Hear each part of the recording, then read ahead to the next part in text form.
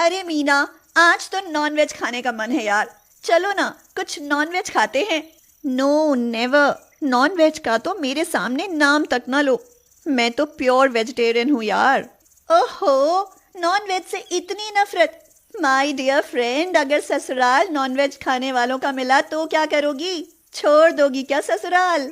हाँ, पक्का छोड़ दूंगी, या फिर सबको वेज खाने पर मजबूर कर दूंगी।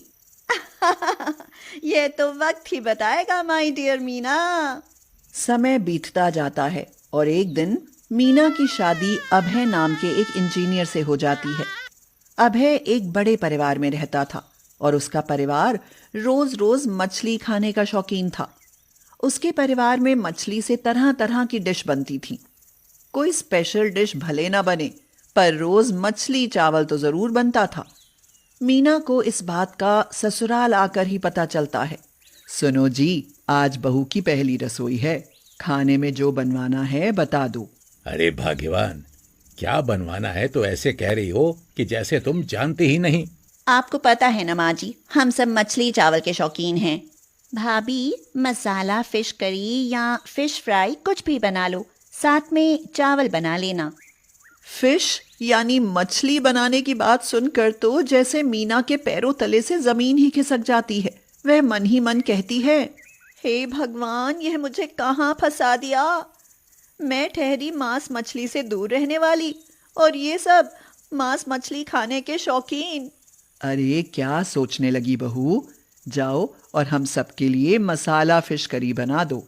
क्या पालक पनीर या मटर पनीर के साथ पूड़ियाँ नहीं बना सकती माँ जी? ना ना बहू, हम तो मछली चावल खाने वाले लोग हैं। हमारे घर में ये सब चीजें नहीं खाते, इसलिए मछली चावल ही बनाओ। यह सुनकर मीना कुछ नहीं बोल पाती। वह चुपचाप रसोई में चली जाती है। वहां रसोई में रखी बड़ी बड़ी मछलियां देखकर मीना को उल्टी आने को होती है, मगर वह किसी तरह खुद पर कंट्रोल कर लेती है। छी छी, मछलियों की गंध तो सचमुच असहनीय है। अब क्या करूं मैं? ओह, मैं तो फंस गई। एक काम करती हूँ, आज मेरी पहली रसोई है तो आज तो मछलियाँ बना देती हूँ, पर फिर कभी नहीं बनाऊंगी। यही सोचकर मीना फिश करी बनाने की सोचती है तो फिर से अटक जाती है, क्योंकि फिश करी बनाना तो उसे आता ही नहीं था। अरे पर फिश करी बनाऊं कैसे? मैं तो मछली बनाने का ABC तक नहीं जानती। एक काम करती हूँ, अदिति से फ़ोन करके पूछ लेती हूँ। उसने तो नॉनवेज बनाने में PhD की है। यही सोचकर वह अपनी सहेली अदिति से फोन पर फिश करी बनाने की विधि जान लेती है और फिर बड़ी ही कमाल की मसाला फिश करी और चावल बनाती है। उसके बनाए मछली चावल खाकर सभी उंगलियां चाटते रह जाते हैं।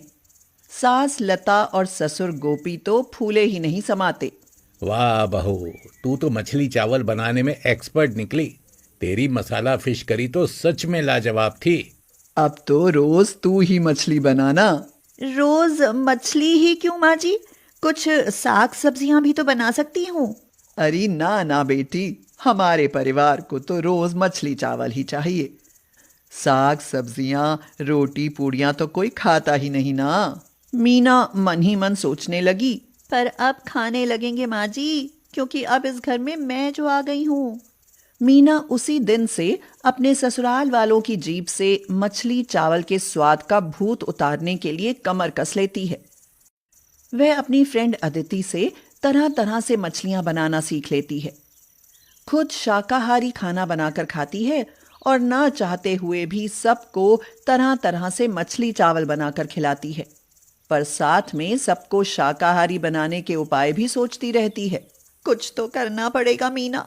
अगर ससुराल नहीं छोड़ना तो इन लोगों का मछली चावल छुड़वाना ही होगा। एक काम करती हूँ, मछली चावल के साथ साथ कुछ शाकाहारी खाना बनाकर भी खिलाती हूँ।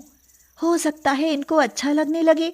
यही सोचकर एक दिन मीना चावल के साथ मछली और राजमा दोनों बना देती है, मगर जब खाना परोसती है तो सब चावल के साथ मछली खाना पसंद करते हैं। राजमा की तरफ तो कोई देखता ही नहीं। माँ जी, मैंने राजमा भी बनाई है, चावल के साथ बहुत स्वादिष्ट लगती है। आप लोग चख कर तो देखिए। नहीं नहीं, मैं तो मछली ही खाऊंगी। अरे राजमा भी कोई खाने की चीज है, हम तो मछली चावल ही खाएंगे। बाबूजी, मेरा मान रखने के लिए आप तो थोड़ी चक्कर देख ही लीजिए। बहू यही बात है तो देख लेता हूँ चक्कर। गोपी चावल के साथ राजमा चखता है तो सच में उसका मूड अच्छा हो जाता है। उसे राजमा चावल का स्वाद बड़ा अच्छा लगता है। वह मीना की बड़ाई करते हुए कहता है, वाह बहू, आज पहली बार पता चला कि मछली चावल ही स्वादिष्ट नहीं होते, राजमा चावल भी बहुत स्वादिष्ट होते हैं। कभी कभी राजमा चावल भी बना दिया करो। यह सुनकर मीना बहुत खुश होती है और अभय से कहती है, बाबूजी को राजमा चावल मछली चावल से ज्यादा स्वादिष्ट लगे। आप भी कुछ वेज खाया करो। कल चावल के साथ कढ़ी बनाऊंगी, खाकर देखना, उंगलियां चाटते रह जाओगे। बस बस, मेरे लिए तो मछली चावल ही सही है। कढ़ी चावल तुम ही खा लेना। तुम्हें वेज खाना खाना है ना, तो खूब खाओ, पर हमें वेजिटेरियन बनाने की कोशिश मत करो, समझी? उस दिन के बाद मीना मछली चावल के साथ साथ कुछ न कुछ वेज खाना जरूर बनाती और परोसती। धीरे धीरे कोई न कोई उसके कहने पर वेज खाना चख ही लेता, पर जो भी चखता वह उसके खाने की बड़ाई जरूर करता। एक दिन मीना रसोई में काम करने जाती है तो अचानक उसकी सहेली अदिति का फोन आ जाता है। अरे सुनाओ मीना, कैसी हो? मैं तो ठीक हूँ, तुम अपनी सुनाओ अदिति। तुम तो कहती थी नॉनवेज खाने वाला ससुराल मिला तो छोड़कर आ जाऊंगी, पर अब क्या हुआ? खुद भी नॉनवेज खाना शुरू कर दिया क्या? नहीं, यह तो कभी हो ही नहीं सकता। देखना, ससुराल वालों को ही वेजिटेरियन ना बनाया तो मेरा भी नाम मीना नहीं। अच्छा, ये बात है? तो सुन, जब ऐसा हो जाए तो मुझे फोन पर जरूर बता देना। हाँ हाँ, बता दूंगी।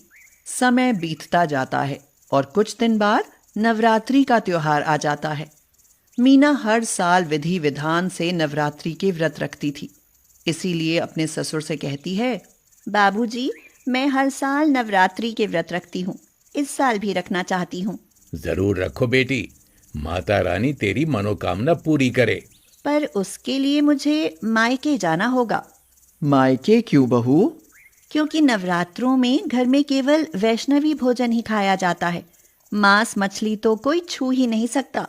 पर यहाँ तो सब रोज मछली चावल खाते हैं, यही ना? हाँ बाबूजी। तो 9 दिन वैष्णव खाना खा लेंगे तो मर थोड़ी ना जाएंगे। तुम मायके नहीं जाओगी, नवरात्रि का त्योहार यहीं मनाओगी। इन दिनों में हम सब शाकाहारी खाना ही खाएंगे। पर यह कैसे हो सकता है? हो सकता है नहीं, होगा। ये मेरा हुक्म समझो। यह सुनकर मीना तो गदगद ही हो जाती है और माता रानी को याद करते हुए कहती है, हे माता वैष्णवी, मेरे परिवार पर कृपा करना माँ। हो सके तो इन सबको मांस मछली से मुक्ति दिला देना, इन सबको शाकाहारी बना देना माँ। अगर ऐसा हुआ तो मैं समझूंगी कि मुझे मेरे व्रत का फल मिल गया। मीना के लिए यही सबसे बड़ा अवसर था। वह मन लगाकर माँ की भक्ति करती और सबको तरह तरह के वेज खाने बनाकर खिलाती। फिर माता की उस पर कुछ ऐसी कृपा बरसती है कि उसकी ससुराल वाले 9 दिनों तक उसके बनाए शाकाहारी व्यंजन खाते खाते सच में ही नॉनवेज खाना छोड़ देते हैं। घर में मछली की जगह साग सब्जियां आने लगती हैं